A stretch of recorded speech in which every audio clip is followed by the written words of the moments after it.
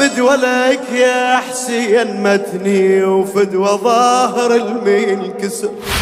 وين ما كان امشي لجلك واحمل دروبي اليسر، بس يا ابو جروح ارد اقلك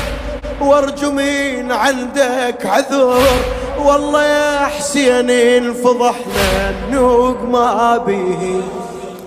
يا حسين نركض والمخيم يلهب، اسمعني